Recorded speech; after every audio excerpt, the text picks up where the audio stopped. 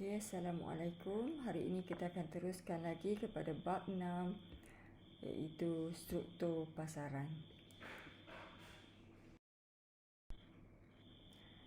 Okey, untuk pasaran persaingan sempurna, apa yang akan kita belajar adalah ciri-ciri, pembentukan kelok permintaan firma, konsep hasil firma, keseimbangan jangka pendek, keseimbangan jangka panjang.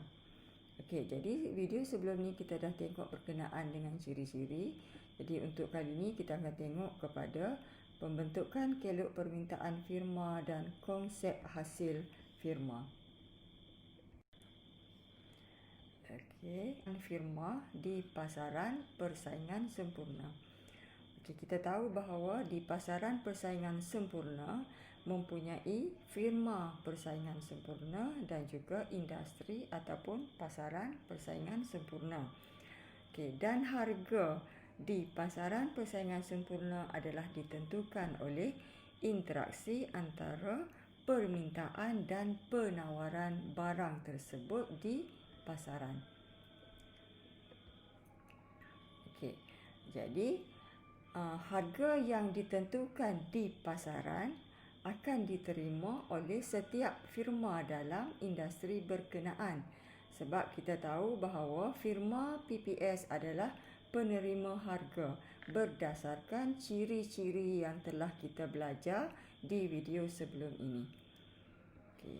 So, macam mana harga ditentukan di pasaran? So, kita tengok kat sini, ini adalah kelok pasaran ataupun industri. Kelok keseimbangan pasaran ataupun industri pasaran persaingan sempurna.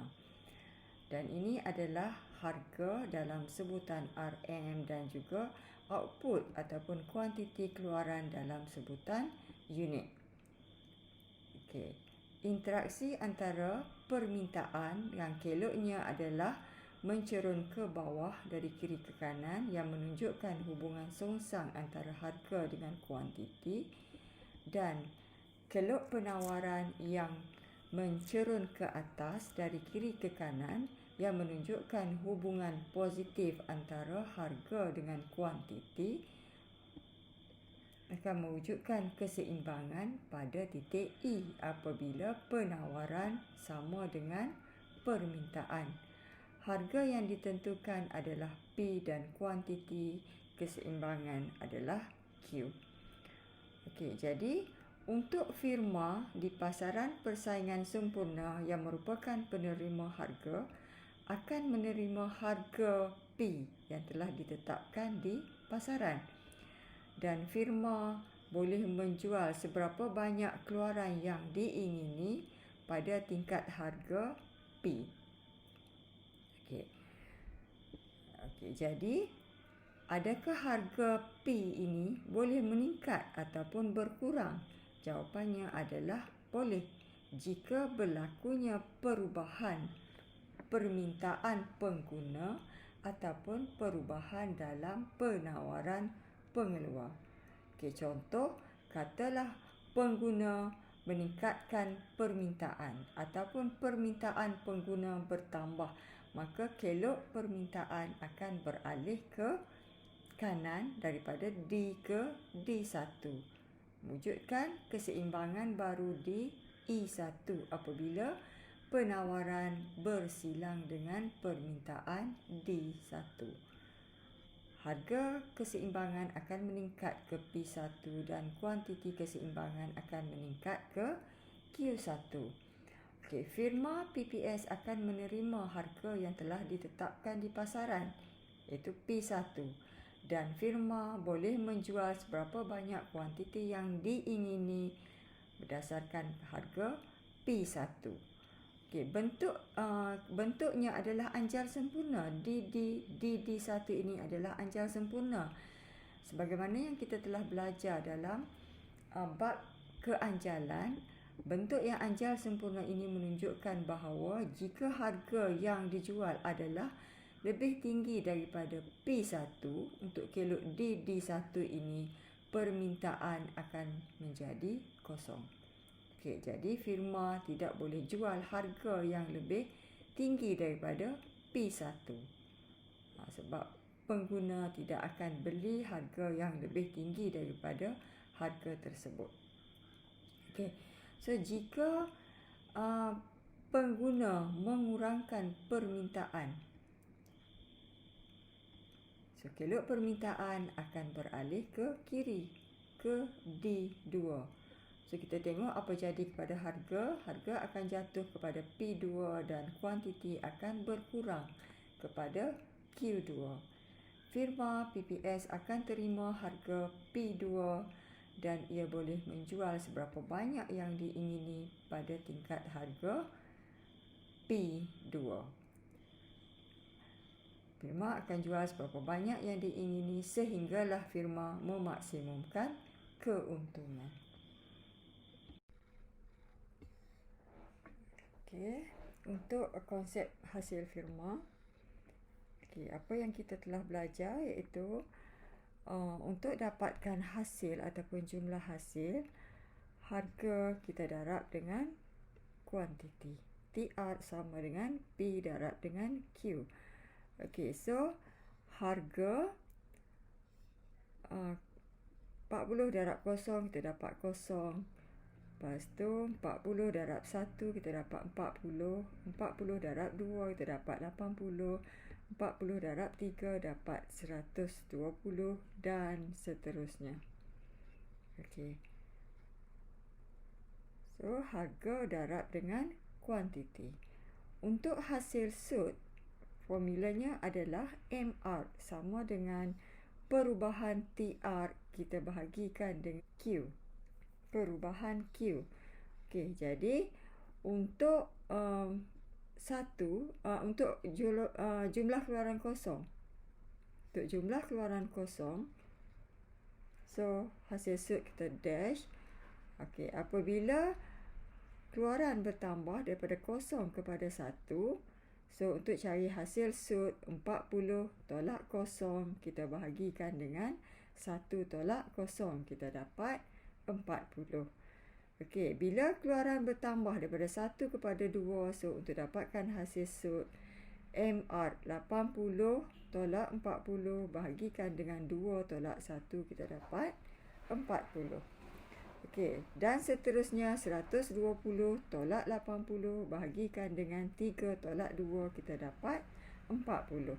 So kalau kita kirakan untuk semua perubahan jumlah keluaran tu tadi, kita akan dapati jumlah hasil sudnya adalah sama, iaitu 40, 40, 40, 40 dan 40.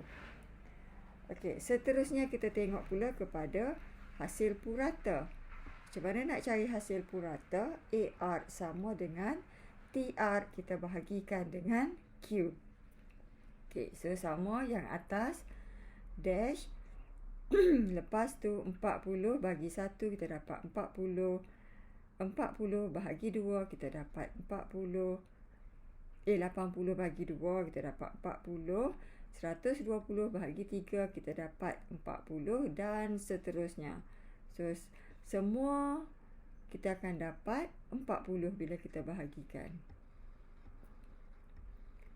Okey. So daripada sini kesimpulan yang kita dapat buat adalah untuk firma pasaran persaingan sempurna, harga 40 adalah sama dengan hasil sud ataupun MR 40 dan hasil purata ataupun AR juga adalah 40. Okey. Okey, jadi daripada sini kita dapat buat rumusan, iaitu dalam PPS P akan sama dengan MR akan sama dengan AR. Okey, sekarang kita lakarkan kelok jumlah hasil, hasil sud dan hasil purata. Ini adalah data yang kita dah kira sebelum ini. Okey. Okey. So untuk dapatkan jumlah hasil, kita tengok kat sini harga kita darab dengan kuantiti. Semakin tinggi keluaran yang dikeluarkan oleh pengeluar ataupun firma, kita dapati jumlah hasilnya adalah semakin meningkat. Okey, jadi kelok jumlah hasil kita dapati akan berbentuk mencerun ke atas dari kiri ke kanan dan berbentuk garis lurus. Okey, ini menunjukkan bahawa semakin tinggi harga semakin tinggi keluaran. Contoh dia, katalah kita ambil keluaran yang ke-3.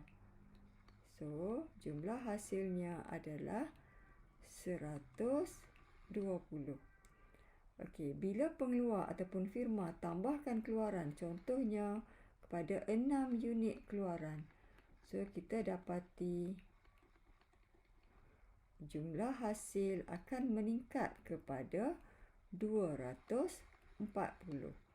Okey, jadi kat sini kita dapat buat kesimpulan bahawa apabila firma menambahkan keluaran, jumlah hasil akan meningkat.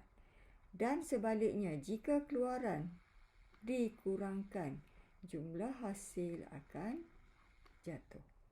Okey, so wujudnya hubungan positif antara hasil dengan tingkat keluaran. Dan bentuk jumlah hasilnya adalah berbentuk garis lurus dan mencerun ke atas dari kiri ke kanan. Okey, seterusnya kita lakarkan kelok hasil sud dan hasil purata. Okey, kita dapati nilai hasil sud dan hasil purata adalah sama dengan harga, iaitu 40 pada sepanjang tingkat keluaran. So, bila kita lakarkan, kita akan dapat bentuknya yang anjal sempurna. Okey. So, bentuk kelok hasil sud, hasil purata dan harga adalah anjal sempurna. Dan apa yang kita belajar sebelum ni, kita dapati juga bahawa kelok permintaan juga adalah berbentuk anjal sempurna. Okey, oleh itu dalam PPS harga adalah sama dengan MR, sama dengan AR, sama dengan permintaan. Okey, kenapa sama dengan permintaan? Sebab permintaan hanya akan wujud pada tingkat harga P sahaja. Okey. Sekian dulu untuk video pada kali ini. Jangan lupa subscribe, like dan share. Sekian, terima kasih.